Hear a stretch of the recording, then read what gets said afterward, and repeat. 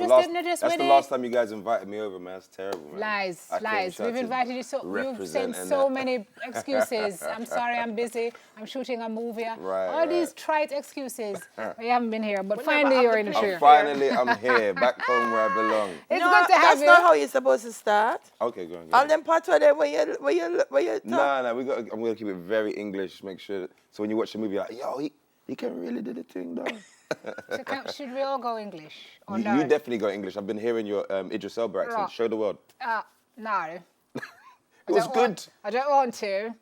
It's fantastic, man. So you're casting me in the next movie? Absolutely. You're set. Audition done. Is an actor. I just want to tell you, say, you hear me say a while ago? Absolutely. If I look at you and I say, absolutely. Lies! Absolutely. You've been feeling us anyway. Yardie, directional debut film for Idris Elba, Delia's husband. You don't know yet. Engaged now, so I'm done with him. Oh, yeah? Oh, I'm sorry, baby. We'll talk about it after in Girl Talk.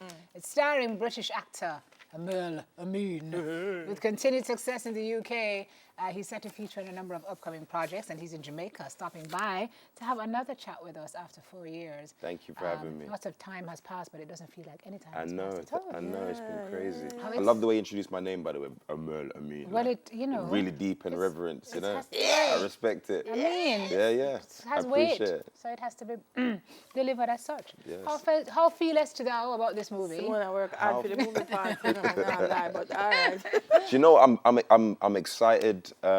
It was such a great journey for me to be kind of embraced to do this project. It was nerve-wracking, you know, to portray Jamaicans. I have Jamaican family, very specific about how we're being portrayed as a culture, the accent, everything like that. And so, you know, it was just such an honor, man. The film has been celebrated in the UK.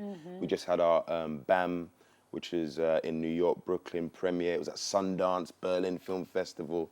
You know, it's becoming, I feel like, a cult classic. People are learning about and getting to know it. It has exposed so many beautiful Jamaican talents, Chantal Jackson, Evrada, Shepherd, you know, all of these guys, wonderful. Yeah. How did you get involved with this role?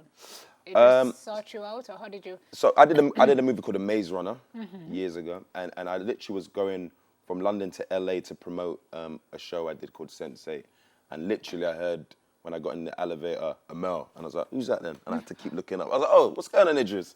I'd not seen him in a while, and he's like, yo, you know, there's this book I want to turn into a movie. Where are you going? I'm going to LA. I'm going to LA. We sat next to each other. We spoke about what this could be, having immigrant parents, the Jamaican influence on London in the 70s and 80s, what it meant to him. And then we just literally took a picture and signed the deal in 2015. In fact, the last time I came here. You see, every time you come to Jamaica, good luck. You understand? Something big on the bus for you. But how was it filming here in Jamaica? I loved it, man. I loved it. I spent 3 months here at my auntie's house. She'll love a shout out, Shani, at her house, and she took me around, and I got introduced to a lot of people that helped me with the accent, with the culture of the time. Went to Dub Sunday, Jack's Hill. Immerse yourself. Immerse myself, man. You know what I mean? Brian Art, the musician, I met him, and he was very instrumental in shaping the accent and letting me understand what was going on back then. Because the dialect and everything has gone on. Mikey Journal, so many beautiful people, man. That it was a conglomerate of people that came together, you know what I mean, to help me out. And then my cousin here embraced me. Yeah, that's what I'm saying, finally. You did what? We're family, you know. Cousin, him say cousin. Cousin. We'll get into that later. We can't be telling everybody. There's a story here, Jamaica. Yeah. Just saying. I saw an interview you did, and you were talking about method acting and how you and I found it very interesting. Talk to me about that. Because being here, it's easy to immerse yourself in Jamaica, but when you go UK, it's like a UK, Jamaica, you have to try and balance it. No, well, D is it's a fish out of water story. So D goes to... That's your character. D is the character in the movie. And he goes to London when he's sent there by King Fox, played by Sheldon. And he goes and visits his missus. But method acting is when you basically become you sit back in your body and a whole world kind of takes over you. So that would include, me continuing in the accent when people met me in London again. And I have a career in London that people know. Because you said when you went back, they met you anew. So you were a new person. You were D. They met you as D. Essentially, it's you know, they're meeting me and they're meeting me in an accent. They're meeting me. You're holding people hostage to your process. So if I come in there and just talk American all of a sudden, you know, I'm like, yeah, you know what I'm saying? Like, how you doing? What's up? You know, you're like, that's not a Mel. But after a while, you know, if that's how I'm carrying on and that people end up embracing and responding to it. What it also entailed was, you know, D witnesses a scar in his life. His brother's killed when he's 11 years old. And so it was a lot of meditating on that, a lot of revisiting that, you know. My alarm was a gunshot in the morning. I was surrounded by images of the time. I'd only listen to music of that period in time. You know, Chantel Jackson and I would write letters back and forth to each other about our relationship and everything else like that, which kind of formulated our bond, you know.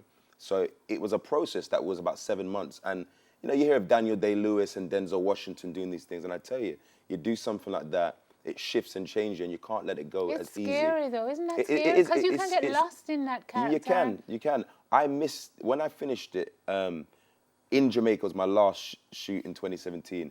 And in my mind, which had become the dialogue of D, so, you know, you'll listen to me right now, oh, that's interesting, or move on, or whatever it is. But so my inner dialogue became that voice, and it was like, so what, you done with me now? And I was like, what? What the hell's that? Like, do you know what I mean? It was a weird thing that happened.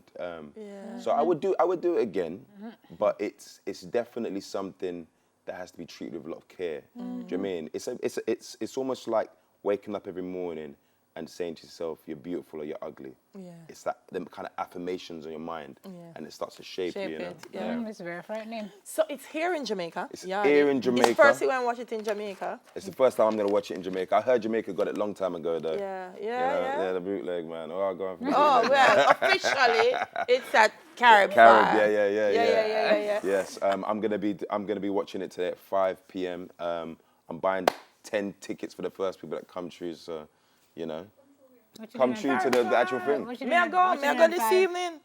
I'm going. Yeah. So we're round of people. Come, we're going to Carib special today. Today a good day for go. What's the special today? 2 for 1. Oh, 2 for 1 Tuesday. 2 for 1. 2 for 1 at 5 o'clock. But by lots of people are usual there, so you have to catch early. Yes, if you so want come, to we're going. And I have 10 for the first people. And I have 10 tickets. Why should people come and see this movie? Why should people come? Well, the reason why people should come see this movie. No, you know, listen. First of all, you're seeing Jamaica in a way you've never seen it before, in my opinion. Such a big scale. This is the biggest Black British film ever. So it must be one of the biggest Jamaicans, if not the biggest Jamaican films ever. You know, obviously Idris Elba took custodian of the culture during it, but so many Jamaican, your people made the film, you know, especially when it was in Jamaica. So many Jamaican stars that wouldn't have had that international scope. That now they're getting seen and platformed, and that helps Jamaica continuously, you know, be seen by the world and be seen for the multifaceted layers that we are. Yeah. You know, we've had amazing different films, but now you know, for me as a Jamaican descendant, I want to put us on the map in a major way. Dub culture is a big part of the film. Yes. And you know, apart from the music, it also maps out the impact the music had on the UK. And I think, is that one of the things that people in the UK watch it, they go, oh, you know, it's true, this have impact on us, it's more than music. We know it. Yeah. We know it. Okay. If anybody that goes and travels to, so I remember Chantel going there and Evie and they were like, yo, this is Jamaica. Yeah. This is Jamaica. It's called Little, we call London Little Jamaica. Yeah. Because even the way we talk, like Wagwan fam, everything Chris, all that, it's just like a homogenized version of how you guys speak mixed with the Cockney. You know what I mean? Yeah. I do know what you mean. All right, wicked. Got it. Right. I'm auditioning. Jeez. You got the part. You won't let me be great, Delia. You just won't let me be great. Let me be great. Okay. All right. And scene. It's today at Carib. 5 o'clock. All the way are rolling. Roll in and roll out. Roll in and roll out. I will roll out. For sure. Not necessarily roll in. When you roll out to Carib, then you roll into the cinema. Wonderful. Yeah. Well, thank you for having me.